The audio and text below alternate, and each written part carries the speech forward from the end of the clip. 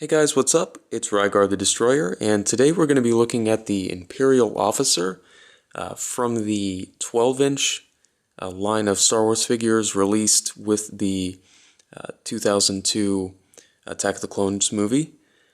This guy is really cool, but before we take a look at him, let's take a look at his packaging. Here it is. Move that cup out of the way.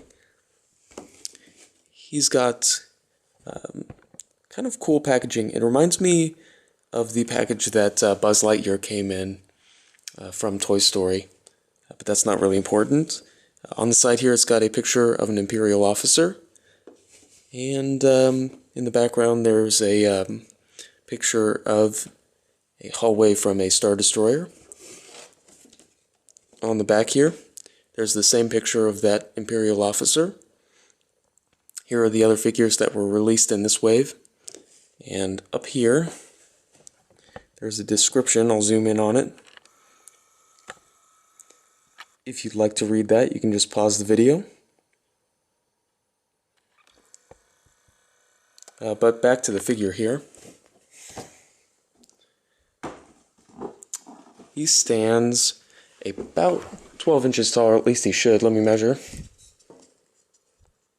He's about 11 and a half, but he's got some pretty good size, and I must say that this guy can be picked up for fairly cheap, and he is really well done. Let me pull his face up here closer to the camera. If you can see there, his eyes are really well painted, his eyebrows are well painted, his hair is well sculpted, and his costume, his actual fabric costume, is done really well. He comes with a couple of accessories. Let me show you those. The first one here is his gun, and this thing is so well detailed. It's just molded in flat black plastic, but it does have a lot of detail on it, and it does fit in his hands really well. His second accessory is this hat, and it does fit on his head really well. On the inside, if you can see there, that's the like opposite of his hair, sculpted on the inside, so it does fit on his head really well. And I'm not sure if you can really consider this an accessory, but his clothes and boots are removable if you wanted to do that. There's just Velcro on the back. So I would say overall, I mean, as far as just aesthetically, this guy looks amazing. And then on top of that, he is very well articulated. Up here at his head, he's got what feels like a ball joint. In his shoulders, he's got ball hinges that would swivel 360. Obviously his uniform kind of impedes that. He's got ball hinges at the elbows that do swivel. He's got ball hinges at the wrist that again swivel. Here at his fingers, the trigger finger is articulated, and then the three other fingers, so you can close it into a fist, or you can have them pointing or whatever.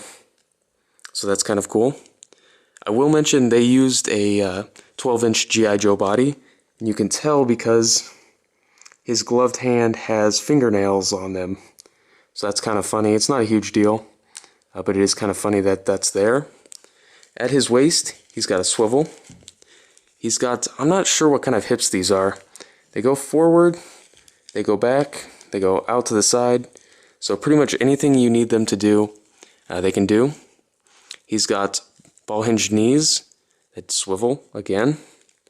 And at his ankle, I'm not entirely sure what he has, but there is articulation there, I'm pretty sure. But you're not going to get to use it because of his boots. So I want to talk a little bit more about the line of figures that this guy came out in. This one here was really well done, while some of the other ones in this series are not. It's really, kind of a random thing. They did really well on this one, but then Dengar, it's awful. And Zam, the shape-shifting bounty hunter from episode 2, is awful, but then Zuckuss, or the ATSD driver, are done really well. So in this line, you have to be really careful which ones you pick up. I will recommend this one, but some of the other ones I don't recommend. So tell me what you think about this guy in the comments section below, and I'll see you later.